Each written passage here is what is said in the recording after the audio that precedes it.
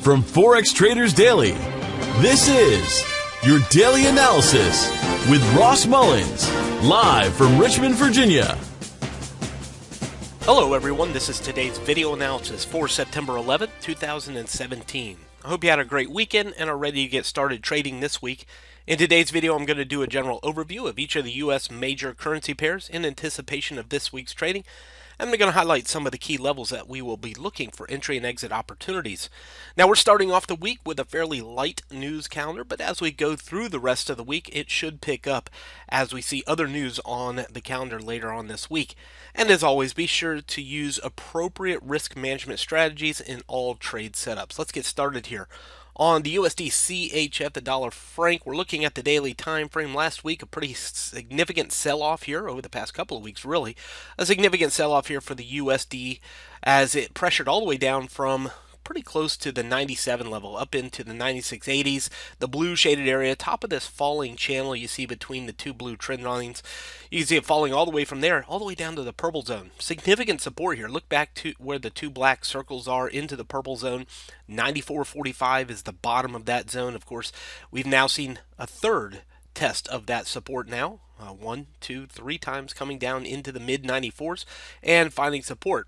So I would say it's pretty difficult, at least at the current moment, to suggest a short on top of that purple zone. I think if we're going to go short, we need one of two things to happen. It either goes back up to the green zone, which is closer to 95.30, or it finally makes a breakout underneath that purple zone, 94.45. So going short, we have to be a little patient. It needs to rally first, probably to the green zone, into the mid-95s, or break through the purple zone. Otherwise, a potential support and reversal opportunity could happen here for the dollar franc, at least early this week. So watching for that opportunity. Down to the 4-hour time frame, it won't change that discussion at all, but it does definitely give us a clue that the market is rebounded off of that purple shaded area, significant higher open than it was close on Friday, and now we're seeing the market try to sink back down into that purple zone. I would say if you're looking for an opportunity today, it's not a short opportunity on top of the purple zone. More likely, intraday buy scenario there if it settles out as support.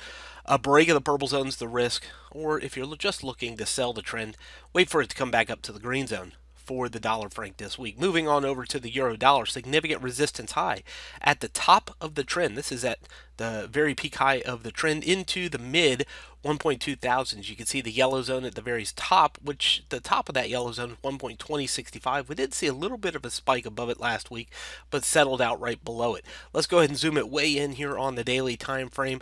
Well, just like this, and I'm just going to put a circle right here, and it's going to be a very similar situation to this area right here, where we saw the market spike the yellow zone, pulled back to the orange zone, settled out 1, 2, 3, 4, 5, 6 days or so, finding support just above the orange zone, and then made the new high.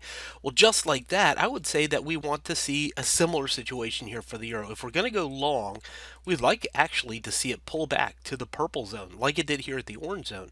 Pull back to the purple zone, settle out of support. That becomes our buy scenario. Don't buy while it's under the resistance high. Two reasons to buy it: dip to the purple zone or break the yellow zone. Until then, again, intraday selling opportunities here on the euro, opposite of the franc, could be an opportunity, but you want to get as close as possible to 2035.65, the yellow zone, so you can minimize your risk. Of course, your stop loss for going short would be just above the resistance high, and of course the stop loss for going long, if you're going to do that, would be just underneath the purple shaded area, like it would have been here at the orange zone. So again, if you're a buyer of the trend, you needed this dip, purple zone, maybe possibly even as deep as the orange shaded area again before you look for a new opportunity to go long, or above the yellow zone. Otherwise, intraday sellers looking at this candle body setup here into the yellow shaded area could be a clue to some short-term reversal here for the euro dollar today. Let's move on over to the GBP, USD, Great British Pound, US dollar. Significant rise here for this currency pair over the past couple of weeks, going up from 1.2800 down here in the orange zone at the bottom of our lows, all the way up into the low to mid 1.3200s, the green zone. Well, last time we were here, let's go ahead and zoom it in. Last time we were here, left-hand side of the chart, 1, 2, 3, 4 days, finding resistance, and then reversal. So let's not go long here. That's probably our best scenario. Don't go long underneath the green shaded area until there's two reasons to go long. It either breaks through that green zone above 32.50 or dips back down to support. At least at this point is the blue zone 31.65. So buyers looking at the blue zone or above the green zone. Otherwise, watching for a similar scenario that we saw over here for days where it found resistance and then again reversed. Take it down to the 4-hour time frame. Won't really change that a bit, but we can already see we've taken one dip back down here to the blue zone. So you probably already missed your first opportunity to do that if you were looking to buy on a dip to support. Again, I don't think buying under that green zone is going to make a lot of sense today for the pound dollar. Moving on over to the USD CAD. Trade update here. We do have a trade that we entered on Friday. We had to endure a little bit of negative. Let's be honest. It pushed through the blue zone a little bit higher than I expected it to. We saw oil take a little bit of a fall off late last week on Friday, so that gave a little bit of an upside to the dollar CAD, but we were able to survive it. I held it over the weekend. We're now at break even on the trade. The entry is 121.25. My stop loss is 121.25. This is a holdover from last week, so finally came back for us, but the trend is down. We were looking for the breakout underneath the blue shaded area. It did that. On the 4-hour, we'll see that, but again, that little bit of a rally last week probably gave some nervous expectations for a lot of folks, but finally coming back for us now. Look at this candle. The close of Friday right at 21.50. The open for this current candle is a little bit higher, isn't it? 21.59. So we could see a little bit of a discrepancy between Friday's close and Sunday's open, or Monday's open, whichever way you want to determine that. And so that gives me a little bit of a hope for the downside again for the dollar CAD. So I'm going to hold through, see if we can stick with this trade, see if we can get it to pressure all the way down to our target, which is into the 1.2000 level, the green shaded area. Now, if you didn't go short last week and didn't hold through the weekend, I still think that that's what you're watching for here. Staying underneath 2150, under the blue zone, continue the downtrend down towards the 1.2000 level. The risk, of course, is that it gets back above the blue zone. Let's take it down to the 4-hour time frame. And as we get down here, there was the risk there. Take a look at what happened. Last Friday, we saw the push. Our stop loss right up here towards the 2170 level. Just missed it. The high on Friday was what? 2165. So just missed it. Even yesterday or the past couple of days, we've seen it, or a couple hours, we've seen it test very close to that. But unable to reach our stop loss, and now we're back into profit. Let's look for it to stay under the blue zone now. Under the blue zone, we'll continue to protect profit as we see it. I definitely would like to see the market break through this barrier right here, right around this area, which is into the 1.2075 level or so. We needed to get through this barrier, and then I think we'll see our 2000 level touched for the US CAD. So let's get through there. We're falling down towards the 1.2000 level. We'll continue to protect and close profit as necessary here for the dollar CAD. Moving on to the USD JPY, made its first attempt to break down to the bottom of our range that we've been studying. Zoom it out a couple of times here, and you can see that blue box and the last couple of lows we challenged here for the past couple of years inside that blue box, and all the way back into 2016 on the left-hand side of the chart. So multi-month lows reached last week, but rebound. Take a look. Zoom it back in. We've made a rebound, didn't we? All the way from the 107.40 level all the way back now into the mid to upper 108. So the green zone has been able to hold as a support barrier. The buyers infused into the market, drove it back above it. And now I would say as long as it sits above the green zone, I don't think I would go short right now. I think going long seems to be a better option, at least for the day.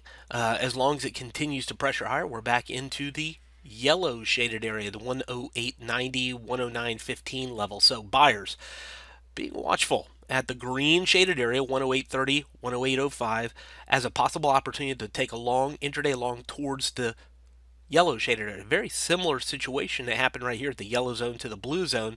We are possibly looking for that pullback to the yellow zone here before we take a short. I mean, if you're going to go short in the direction of trend, doesn't it make more sense for it to go back up first, like it did here, like we're waiting for it to go back to the yellow zone now, 108.90, 109.15. So sellers are looking for it back to the yellow zone to go short or back under the green zone. Buyers watching the green zone. Let's take it down to the 4-hour time frame. And as we get down here to the 4-hour time frame, we can see that gap higher.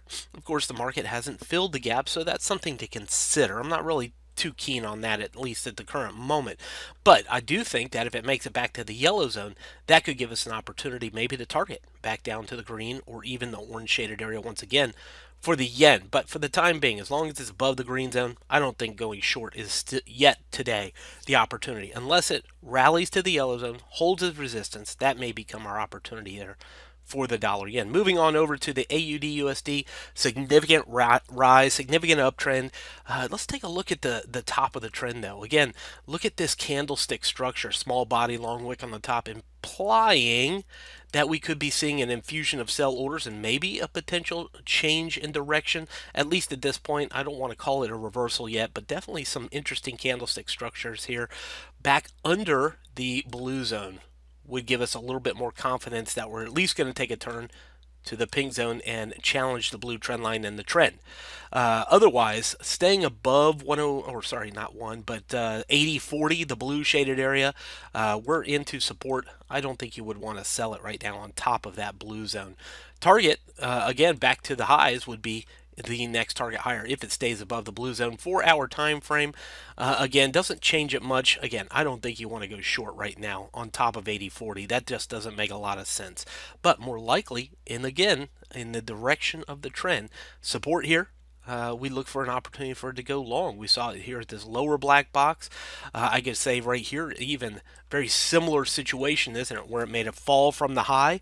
It settled down for several hours around the blue circle into support at the orange shaded area before making a new high. So let's watch that.